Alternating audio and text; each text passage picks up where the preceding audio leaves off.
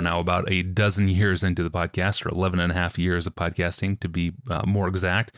We have talked a lot about work over those years. We've talked about career building and finding our vocational calling, how to glorify God at work, and on the issues of when to leave a job and how to avoid overworking and idolizing a career, and issues of laziness and personal productivity, and how do you define all those things. Many huge issues in our past that have been covered, and I tried to write those up into a digest in the Ask Pastor John book on pages 67 to 94 if you want to see the ground that we've covered. In that section and in this podcast, we've also taken up the question of what vocations are worthy of the Christian and which ones are not worthy of the Christian. A marketer at Nike once emailed in to ask if his job marketing luxury goods to people who don't need them but want them, was that life vain? You might remember that episode in ABJ 1519. That comes to my mind. We're back on a similar topic today in today's question from an anonymous man.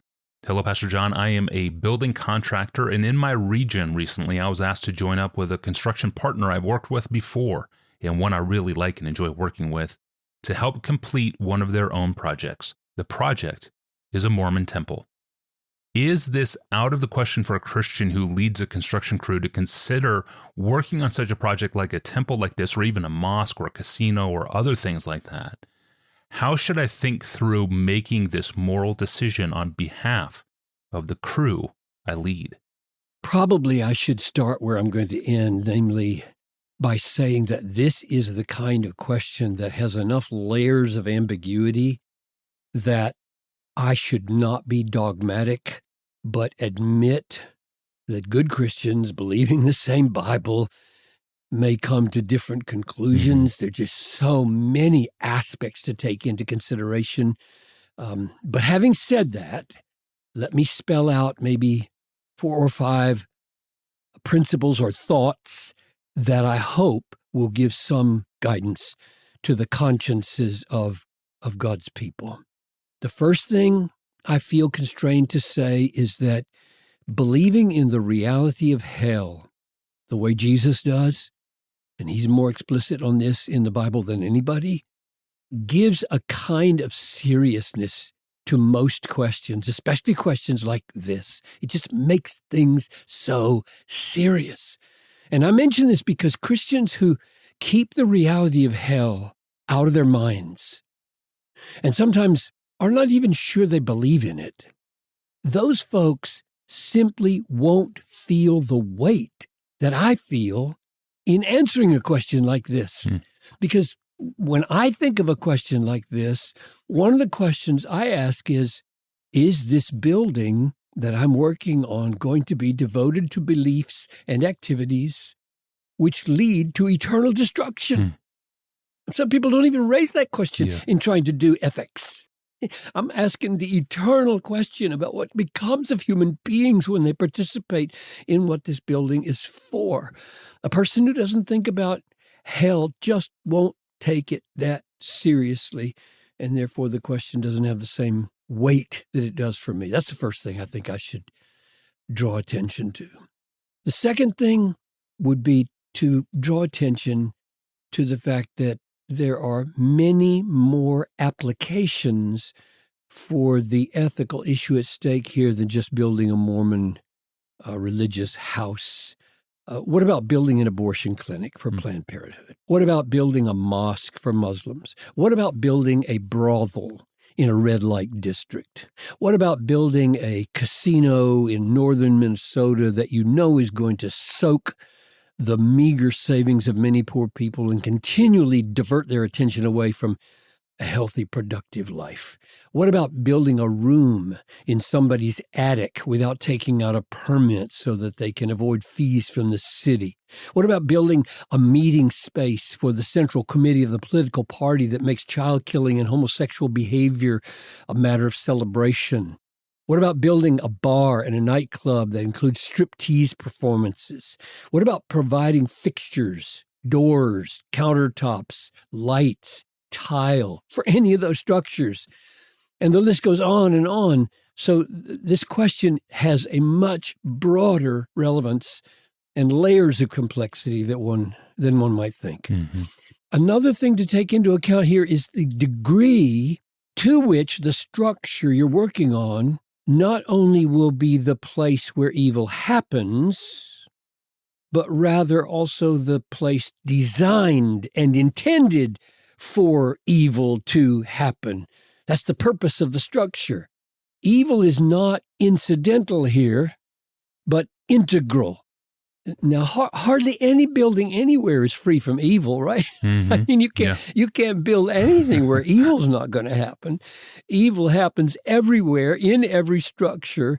So the morally relevant question when it comes to participation in the building of structure is whether that's the intention of the structure. That's the reason it exists. So here's another factor to take into account. To what degree does the person involved in building a structure know what is involved in it, know what the intention is?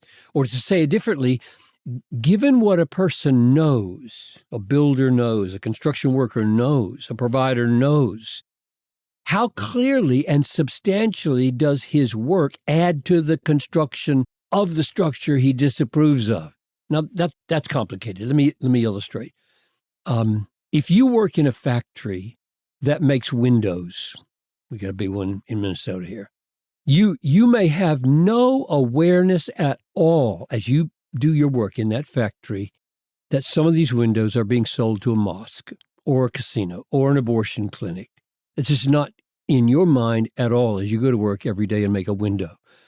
The causal connection between your daily work and the purposes of those structures is so remote that I think it is of little moral significance. Your part is so remote that there is little moral connection between them. Your part in the window factory is not going to be seen as morally implicated by the evil purposes of the buildings down the economic chain far out of your sight than if it were part of what you're immediately intending to help construct. So the principle that is most explicit in the Bible, I think, and most helpful in all of this is in 1 Corinthians 10, 27 and 28, which may not sound like a building text. Listen carefully. If one of the believers invites you to a dinner and you are disposed to go, eat whatever's set before you without raising any question on the ground of conscience. But if someone says to you, this has been offered in sacrifice, then don't eat it for the sake of the one who informed you and for conscience sake. In other words, if you don't know that the food involves you in the support of a pagan ritual, you can eat it. But if you do know that this pagan ritual is what the host intends, you won't eat it. So whether you eat or you don't eat depends on whether you know what the eating signifies about the false religion. It seems to me that this same principle applies to building something that is devoted to a false, destructive religion or lifestyle. So if you don't know what the building is for, you are probably not guilty for doing a good job in building it. You're just doing the job to the glory of Christ as best you can. But if you know that you are involved in promoting a destructive religion or practice, then your participation may well be wrong.